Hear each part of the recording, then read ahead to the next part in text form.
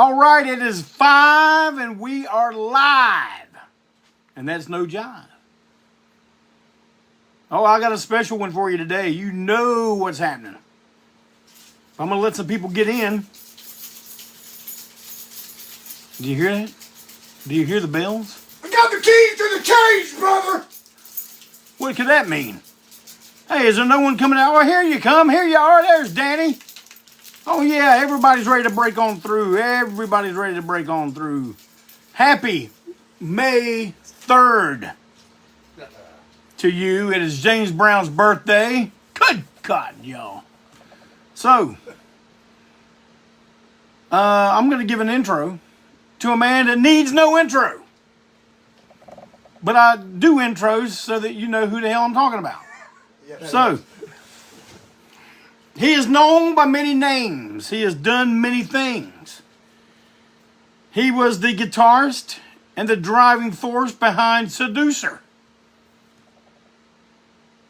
He was the bass player on what many consider to be the greatest moment in ANTiSEEN recording history, here to ruin your groove. He is known as the Ripper, the McNipper, the Midnight Stripper, Tripp Flair, the Tripper. Here he is, none other than Tripp McNeil. I got the keys to the cage, brother! I've been here since 4:30 last night! All right, good to see you, Tripp Flair. Yes, sir. Good to have you here. Oh, boy. We got a lot to... Hey, someone's saying, hey, lover to you. Oh, wait, that's my wife. Oh, she's talking to me. Hello, Miss Clayton. Hey. Now, listen, if you got questions, you can ask. But between the Ripper and myself, I don't think we have one good eye. So, we'll try to catch it, and we'll try to ask it while he's here. But we got a lot to talk about tonight. A lot. The legend. Who is that? You know who that is, don't you? That's Eric Sparks. Stick Elliott. Yeah. Stick Elliott. So, like I told you, he was the driving force of Seducer. He was a member of ANTiSEEN and one of our peaks of our career. And also, there's another thing that Tripp is known for, and we talk about this. I mean, it's not like we talk every day because we got our own lives and our own things we do. But when we do talk, it's as if no time has passed at all. And one thing we do bring up occasionally is that people will still bring up our appearances on the legendary Uncle Goddamn videos. Come to Chevy. Come to Chevy. We got the keys to the cage right here, Hoss. Come to Chevy. This is the man right here. There were videos made of this guy, and his nephew is with us right now, Dale Elmore. He filmed this. Dale's the brains behind it. I mean, you know, Dale's the guy that had a camera in the right place at the right time. And also, the time that it happened, you didn't have all of the engineering and things to put this together. I mean, you can't just do like you can today with your cell phone and all kinds of stuff like that. He's walking around with this big, giant camcorder. And he's having to put me and Jeff and Pappy somehow linking together and make it, you know, funny. And it wasn't easy back then. I don't know how he did it, but he did it. But people to this day still bring this stuff up. Like a few years back, I was at a wrestling card in Lenore, walking up to the bleachers, and someone took their keys out of their pants and said, "Hey, I got the keys to the cage." Oh, I get it. I get to me. I get it all the time. I had my phone beeped like not even 3 months ago, and it you know, it's like a beep. You got something. I looked on Messenger, and a guy went like, "Rabbi," or you know, I'm like, it's 4:30 a.m. and he was on the East Coast too. I mean, like, what did he do? Just lay there and go, "Man, that was some cool shit." I'm gonna, you know what I mean? I'm gonna text Tripp. I'm gonna text Tripp right now. And Rabbi. Remember we were at the Mad Monster and the guy was dressed up. We didn't know what he was dressed up at, and he did the same thing. Yeah. He was dressed up as a character or whatever. It went right when me and Jeff walked by. He goes, "Rabbi." So, man, our opinion now. Let's give people a little bit of background on that. It looks like it was scripted, but I'm telling you, it was every bit of it was on the fly. We didn't know Dale was going to. You know why I even had keys in my hand in the first place is because I was unlocking The door to the load door the to the van to load the equipment up. And so Dale's out there filming. You and me are out there, and man, when you tell us we're on. We don't need a script. We don't need to plan it, man. We're on. Yeah, because and we went with it. And Dale had I don't know if Dale already had this planned, but he took our video. It's not even an hour old, and he takes it back home and plays it for Pappy, who is drunk off his ass. I don't. You'll have to ask him if there was actually a plan. All I know is he goes, "Hey, get my daddy all riled up right now," and then he said, "Action!" I go, "Pappy, it's 4:30." It's so slow. It's right there. I mean, just right there at that time, and that's how it started. And then he was able to do it. It was cool. So yeah, it just happened. No plan. Dale Elmore said, "No plan. No plan. There's no plan." I'm telling you, no plan. If any of you are wondering what we're talking, like if you don't know what we're talking about, go on YouTube and look up "Come to Shelby." Come to Shelby, and you will see this classic video. And if you want to own it on yourself, contact Dale Elmore on here. I'm sure he will be glad to sell you a DVD copy. I'll tell you, some people who do have DVD copies of this in their collections would be Marilyn Manson and Johnny Depp. Those are two. I don't know if Depp is watching his Munkle goddamn videos right now, but he has other issues right now. He's got some other shit going on. Other shit going on. Yeah, really. Anyway. He's got some shit going on. But now here's the thing. This is Tripp's first time on here, and I hope it's not his last. And that's why we're not going to try to cover all those subjects that we talked about in depth. We could do an entire break on through only talking about Seducer. We could do one about his time in ANTiSEEN. We could do one about Seducer and ANTiSEEN's crossover time together, which was a few years of real intense stuff. But we are going to touch on a few things. Well, we'll go ahead and get some history out of the way. And everyone likes a break on through top 10, but we've got a special one for you today. It's going to include me and the Ripper. A top 10 that he suggested I do, and I suggested, well, since you're coming on, why don't we both do it? And we're going to get that before the show goes off the air. And Tripp has also got something he's brought with him for, it's going to be a trivia question. And if you are the first one that we see that answers the question correct, you will get, show him what he's got, Tripp. I will, Bob. These are actual promos from Mid-Atlantic 1980s. They're posters, and there's Wahoo, and was it Ricky Steamboat, and then you got Wahoo and Flair, Wahoo and Roddy Piper, and we're gonna.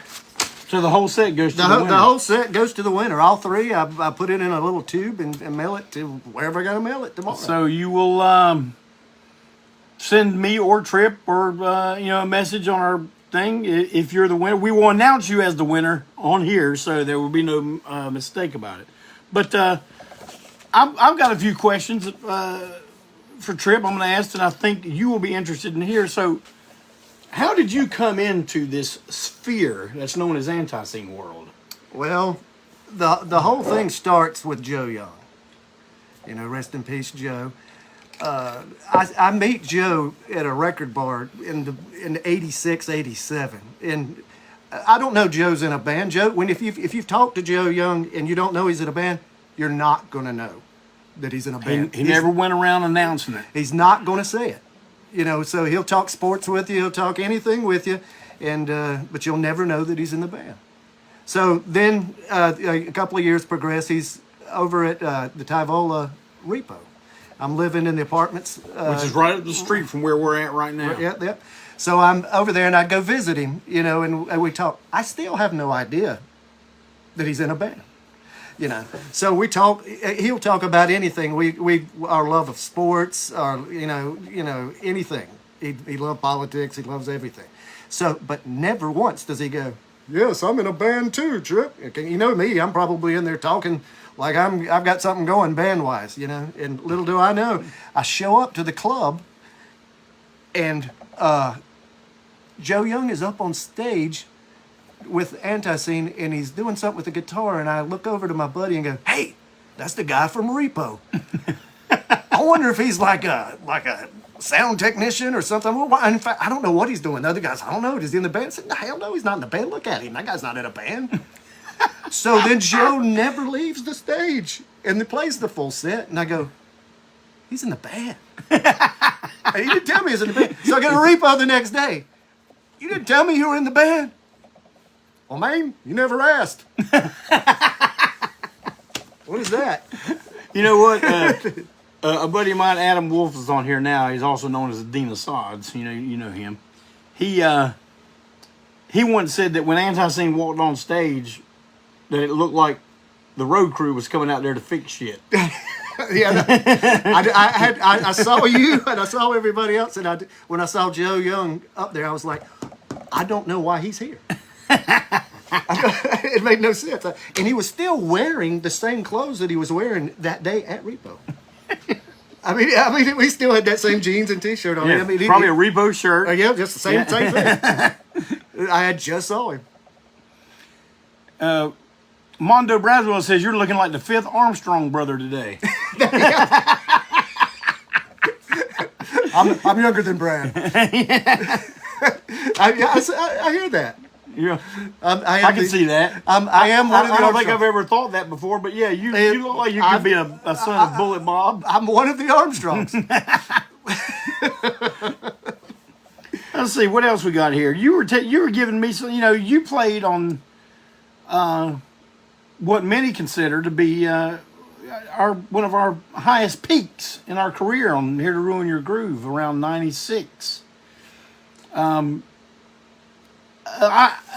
see, I have explained this before on the show. I'm going to briefly go over it again.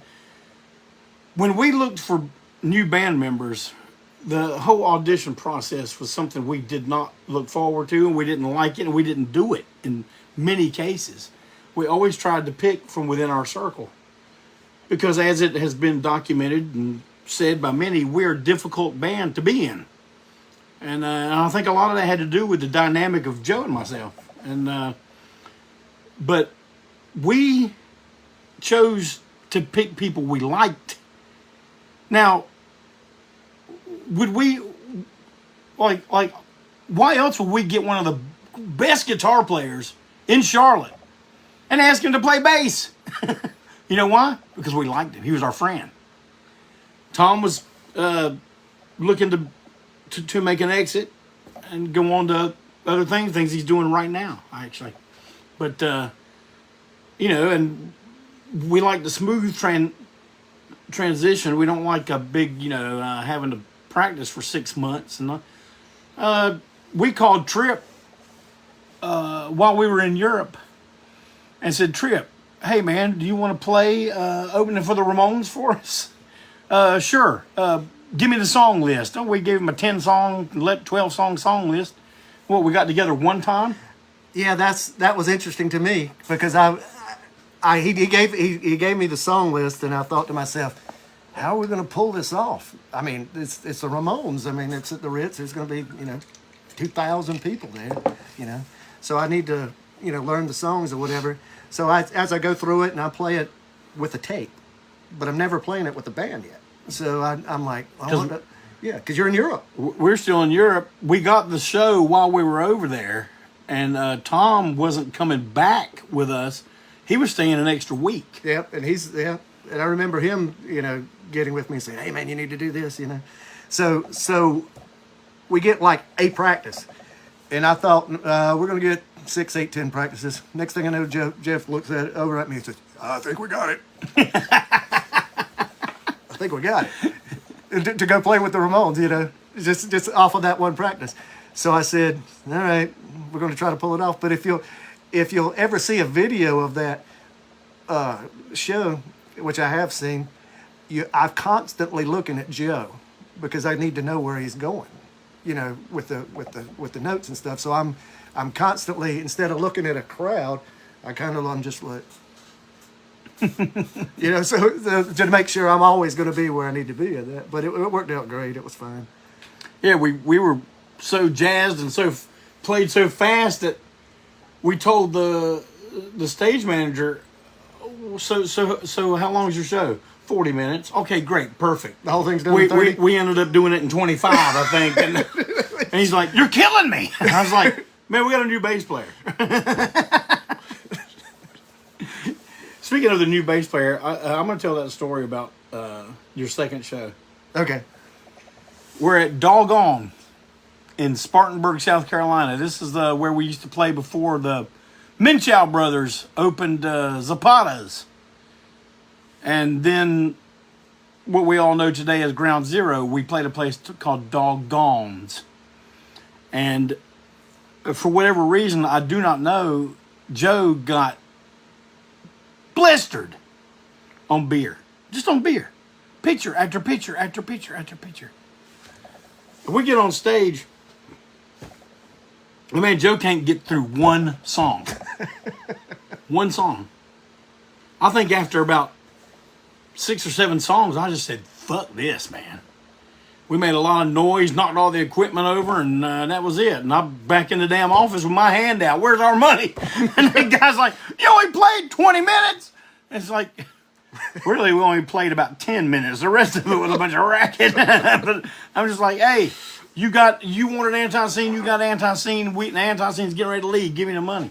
And I got the money, but people were thinking like, well, it's Tripp's first show, and people were coming up to him and going, "Hey man, don't worry, you'll get it. You know, it's your first show." And it's like, him and Barry are the only ones doing everything note for note perfect, and you know, Joe can't get through a song, and I'm too busy looking over at Joe and cussing at him. I'm not singing no lyrics. So these guys are going, you know, and playing it note for note. So yeah, that. It's an interesting time how you came in.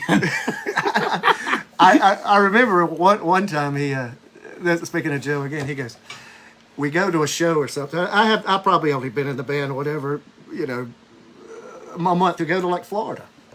So naturally, back in those days when I go to a show, I'm thinking, wonder if there's any girls. So I get in the car with the girl and drive off. Joe Young's not happy. Not happy, because there's no cell phones. They can't get a hold of me, and I've got in the car and drove off. And Joe is, I think that Joe and Jeff actually had a meeting about it, and then Jeff has to come talk to me in the hotel room. "Ripper, we can't do that." I was like, "We're in a band." And he goes, "No, can't do that. We can't find you, whatever." And he said, and Joe is pissed. He was mad too. And so then Joe chastises me like he's my big brother and gives me hell. And I go, "All right, man, I won't do that again." So that was a funny story. Yeah, see, that's part of that whole, like I'm trying to explain to people. You know, like I can't sit there and explain it, but he just did. And see, that's something I forgot all about, man. We had this real.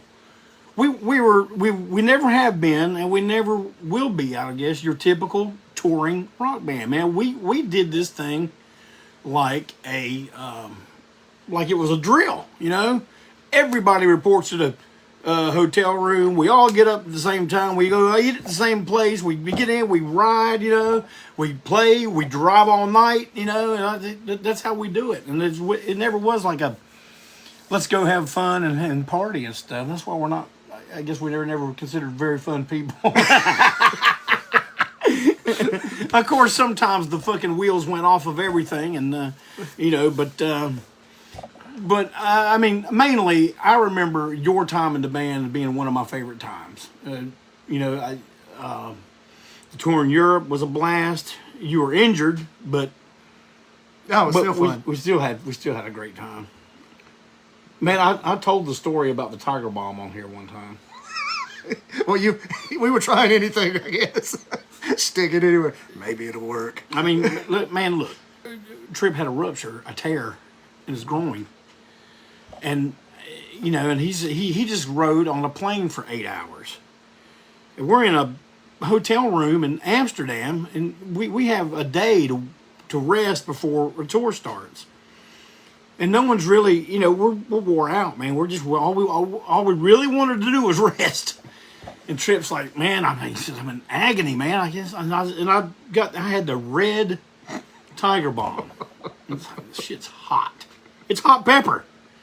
And I'm just like, man, I do it on my elbows, my knees and stuff, But probably not your ball sack. I never did it on my ball sack. But I'm thinking, well, it does a great job on my elbows. I mean, here, man, try this stuff right here. I did. And he did. And I felt it for a couple of weeks. I think it was about and it was on fire. It was like putting hot coals in his underwear. Exactly. And it wasn't funny at the time, but it's funny now. But it wasn't. And it's hard to believe it wasn't funny then, because you would think, oh, that's got to be funny. Man, it wasn't funny then. He was hurting. And did you ever tell him about Jeff Young taking a pee in the middle of the night? I think I did. Oh, you've done that one? I think. Oh my God, that was great. Well, just in case I didn't, we've got a little bit of time before we move on to our other things. This is a tour story where Tripp was in the band. Usually ended up me and Tripp sharing a bed when we all got a hotel room. It was me and Tripp, Jeff Young, and Barry. Yep. And Joe would always sleep on the floor. Or out in the van. Or in the van, yeah. This was Seattle? I think it was up Connecticut or up. It was up. Was it? New Hampshire. Okay. I can't remember. It was somewhere not here, and Yeah. somewhere up. And man, we're laying there, and Jeff was plastered, but he was asleep. And man, he gets up, and me and Tripp were just kind of we're just kind of laying there talking a little bit, kind of fading off, and all of a sudden we see Jeff get up, and all of a sudden he walks in between the two beds, whips it out, and starts pissing all over the damn phone. I know Barry doesn't want to hear this. It's bouncing off of the Bible onto Barry's head. Barry's asleep. If we wake him up, he's going to kill Jeff. So we have to let it ride. And we said, Jeff, what you doing? And he said, what does it look like I'm doing? I'm taking a piss. And you were like, but you're not in the bathroom. So yeah, we had to walk him into the bathroom, right? Yeah. Mm-hmm. So then he strips down naked, completely, head to toe. 3 hours later, he wakes. Jeff's already moved away from all beds, and you're on the floor. Yeah, I'm sleeping on the He's floor on the now. floor. So Jeff Young gets up, and he's sobering up at this point. Jeff Young gets up, and right when he gets up, Jeff Clayton goes from back to feet, just like this. He says, where the fuck are you going? So Jeff doesn't remember any of this and goes, I'm just going around here to take a piss. And Jeff, you go. Okay. And you go back. But remember when he got mad at us, he tried to put on his pants, but he was putting it on the pillow sack. The thing for the pillow. And he was putting it, and he was trying to put it on. And he just fell flat on his face. You remember? That was great. Oh, boy. Tour story. See, like when I have someone to bounce off of, you remember all this shit, Yeah. And they remember details I do not. But, Well, I mean, he was peeing on people. it's peeing on people, yeah. But, hey, Ripper, you said you wanted to do a trivia question for someone to win the Mid-Atlantic Wahoo and Special Friends Yes. posters. What is your trivia question you want someone to try to guess? Well, we'll do it about wrestling since that, but it's going to be about my likings because I don't want you to Google it. Yeah, this ain't gonna be something you're gonna be able to go, oh, I'm gonna get it, and then you Google and go, oh, I'll get the posters because I found the first on Google. This is something you have to guess, and you have to guess correctly. That's right. And we're on a little bit of a delay, so we'll give them. You ask the question, and we'll wait a minute and let them start answering. The first answer we see correct is the winner. Okay. All right, are you ready for this? Ask the question, Ripper. It's a pretty simple question. My favorite wrestler of all time has been Ric Flair. Of all time. I've always had a second favorite. If you can name that second favorite wrestler, then you are the winner of the 3 promo pictures. All right, so let's wait and see. Let's wait and see what the answers are going to be. Your only hint is going to be, I'm just going to give you so this doesn't go on forever. This wrestler really never came to the Mid-Atlantic until maybe late in his career. So we can go with that. Okay. Well, it's not okay. Everyone's saying Wahoo, Piper, Dusty. Yep. Oh, there's a lot of Wahoos. Yeah, a lot of people trying to guess Wahoo here. Piper. Well, we're getting a little bit closer with the Terry Funk and the Wahoo. No, people really think I like the Wahoo. But I got to admit, Ripper, I don't think I know this one. You do, because you gave me a picture of him at Repo one time, and I still have it. It's only about this big, and it's got a little autograph. And you said, he was your guy, wasn't he? And I said, yep. And you gave it to me. By that time, here's your hint. By that time, he'd already shaved his head bald and went into the kung fu mode. Well, look at that. Our hint is, we'll go with another hint. Huge battles with Bob Backlund in the WWF in the 70s. Does that count? He said Sickers. No. Oh, there it is. Scott LaRock. Yeah, there it is. Scott LaRock. Scott LaRock, you are the winner when you said you were the first one to say Superstar Billy Graham. That's right. Now I remember. Remember you gave me the little picture? Yep, I do. I still got the little picture. You still got that? Yeah, okay. All right, so Eric, is his name Eric? It's not LaRock. LaRock. Write one of us. Give us your address and I'll send this out to you. Yep. There you go. All right. Well, that was fun. Oh yeah, I like that. Right. Well, you ready to do a top 10? Yeah. You know, I always ask you guys to send me ideas for top 10s, and I got some good ones this week. I got one from a Mang Scott all the way over there in London, England, but I'm not going to do those today. He sent me 2 good ones. But this is a top 10 that Tripp himself wrote to me and says, hey, do your top 10 Hammer horror films. So I said, well, all right, well, you know what? Since I haven't done that yet, I'm going to wait until you're on. And to make it even more fun, I'm going to get your top 10 as well.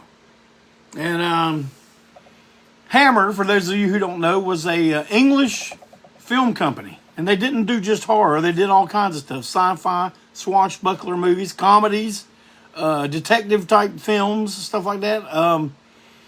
But we are going to give you our top 10. I got Hammer horror. You got Hammer, but most of yours are horror movies. But there's some that's they kind of ride that. I even like that last film that Hammer did, where it's like the cave people and like nothing's being said. It's almost like the Caveman late 70s movie with Ringo Starr was like an offshoot of that. You know what I mean? Like that's where they got the idea. You know what I mean? Now, are you talking about the one that had a Raquel Welch in it?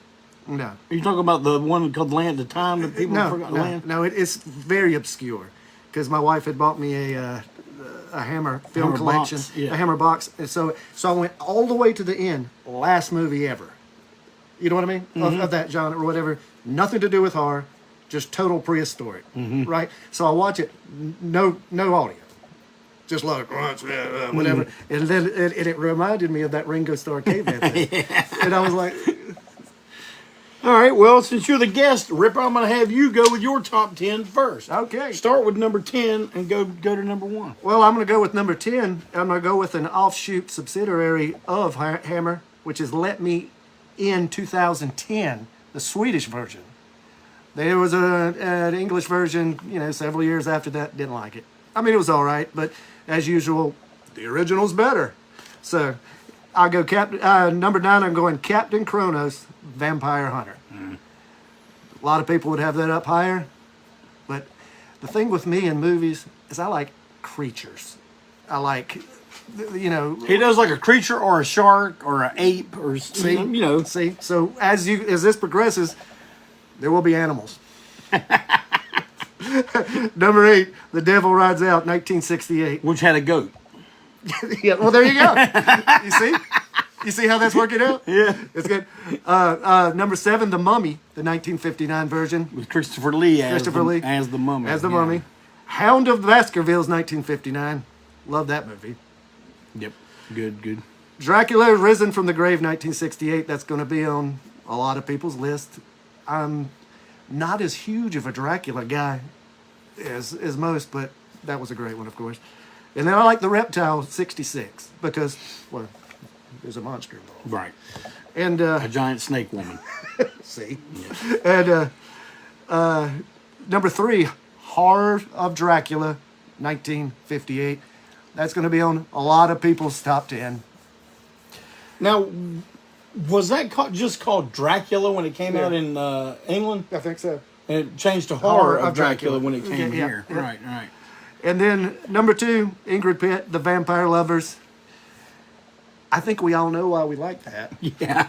But I remember even going on tour with ANTiSEEN. I had you remember you printed the Ingrid Pitt T-shirt? Yeah, the Vampire Lover shirt. I wore I still got that artwork, by the way. I wore that shirt like a ton of shows. I wore the shirt. Hey, do y'all think I should reprint the Vampire Lovers T-shirts? Let me know on here. Maybe I will. Well, I know I need one now because I wore that one out. Right. All right. So where you're number 1? I'm at number 1, and there's of course a creature involved because it's the abominable snowman of the Himalayas, the black and white version. All right. Great top 10. That's a great top 10. I like anything that has a bear in it, or a yeti, or a Bigfoot, and I am surprised you didn't have this one. and there is. I even had a little bonus Yeah, I saw with the your Twins bonus. of Evil, you know, but I couldn't get it in the top 10. Well, man, I'm going to tell you, my top 10 is a little more. There's not really many like deep cuts in my top 10 because I liked Hammer for what Hammer did the best, and I think they did vampire movies better than anyone. And so I'm going to have a bunch of those in my top 10. I'm going to start with number 10, The Satanic Rites of Dracula. It's the second of the 2 movies where they put Dracula in a modern setting, which at that time would have been 72, 73. And I'm a big fan of that one. And number 9, Vampire Circus. Some of the most fiendish-looking vampire fangs ever in that movie. Now, I do like Horror of Dracula a lot, but, I think I like the sequel better, Dracula, Prince of Darkness. Now, Christopher Lee had a lot of speaking parts in Horror of Dracula because it was very loosely based on the Bram Stoker novel. But Prince of Darkness, there was something in his contract where they didn't meet his pay requirements, so he refused to learn any dialogue. Well, yeah, And in Dracula, Prince of Darkness, he does not speak. because he would have had to been paid more. You want me to learn lines? You gotta count me out some lines. So number 7 for me is Legend of the 7 Golden Vampires. It's got Dracula. It's got Van Helsing. It's got Kung Fu.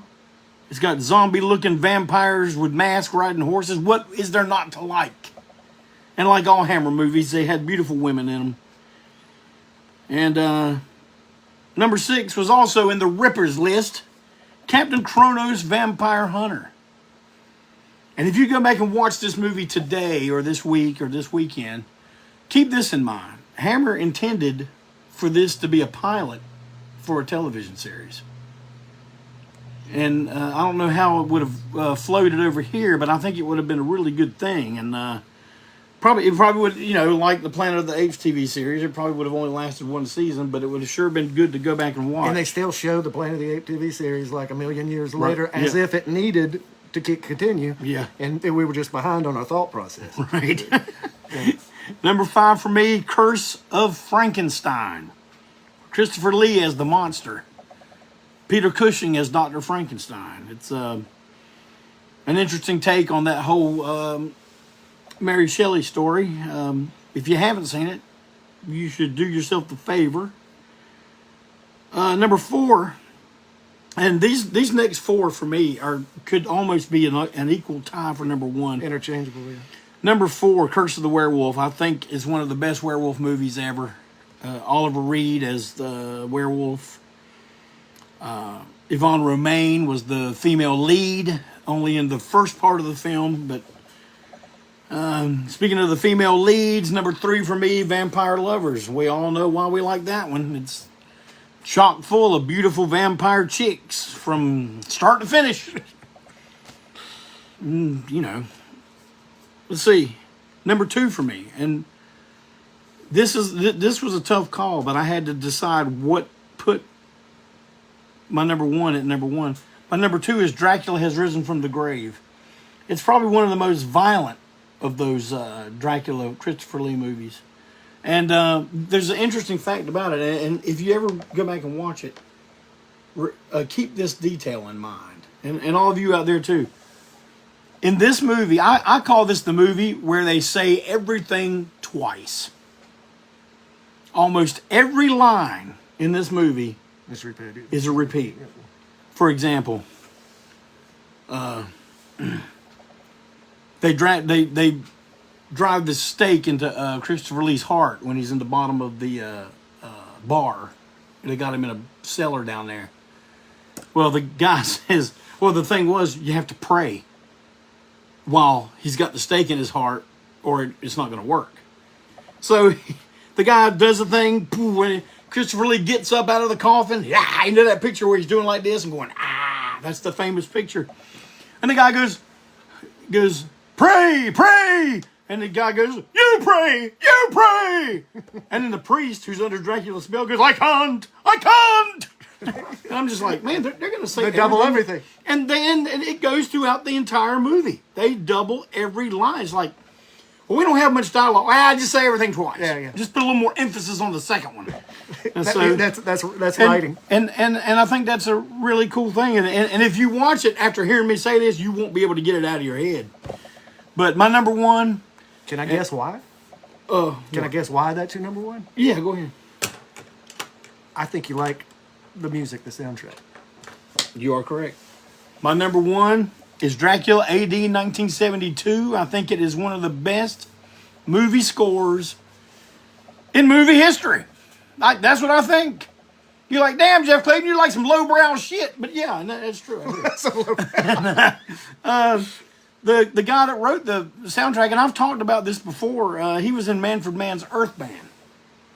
And he wrote this score, and it's available on vinyl, I think on Waxworks Records. I don't know if I should have brought it in here with me. But I think it's one of the best movie scores ever. And when I say score, I don't mean a collection of songs. Because it's not, it's music. The whole it's the music, the score. And I don't think if the soundtrack does have the songs by Stoneground, and I just skipped over them. I didn't like that hippie music. The band that was playing in the mansion was supposed to be the Faces. Yeah. But the Faces got too big. And they're like, we already know they didn't have the budget because they were already repeating. Right. Yeah. So, we already got to make everybody say everything twice. We can't be hiring Rod Stewart and the Faces now. Yeah.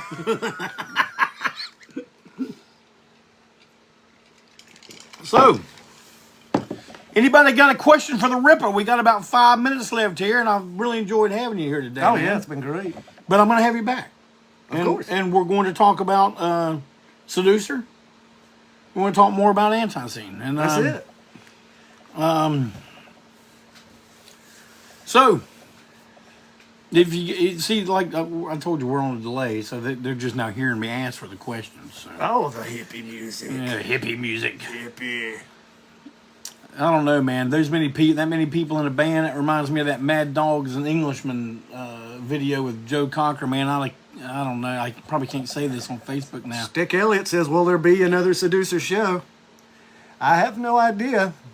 I'm always up for something at any time, but we'll have to see. I also need a huge reason. When Chris Radock passed, and I was asked to do it because of Chris Radock, it was a no-brainer. I'm going to do it. I'm going to do it. So, I mean, sometimes it just takes something as big as that just to make something happen. So that's kind of the answer to that. Well, Tommy Gambrel wants to know what was your favorite song off of Here to Ruin Your Groove? Misery is my favorite song. I like it because of the pace of the song. It's a lot of ANTiSEEN songs go at a similar pace. This one slowed down dramatically. It had an awesome groove to it. It allowed the bass to do kind of what it wants, and I just love doing that. And plus, if you'll listen to the lyrics of Misery, I mean, all of that still pertains to today, where that misery does still love company. It does, very much so. And, man, I want to thank you for coming on. I want to thank you for offering this nice free gift for the guy that got the Scott answer. LaRock. Scott LaRock. Now, I can assure Scott LaRock that you're not going to try to pull one on him. That you are going to send him this, and he sends you his address. Or I give you the keys to the cage, mother. Or you can meet the Ripper in the cage is what you can do. And the last time I looked, I have the keys to the cage, brother. Woo! Tripp Flair, it's been a pleasure, brother. Thank you. We'll see you next week, right here on Break On Through.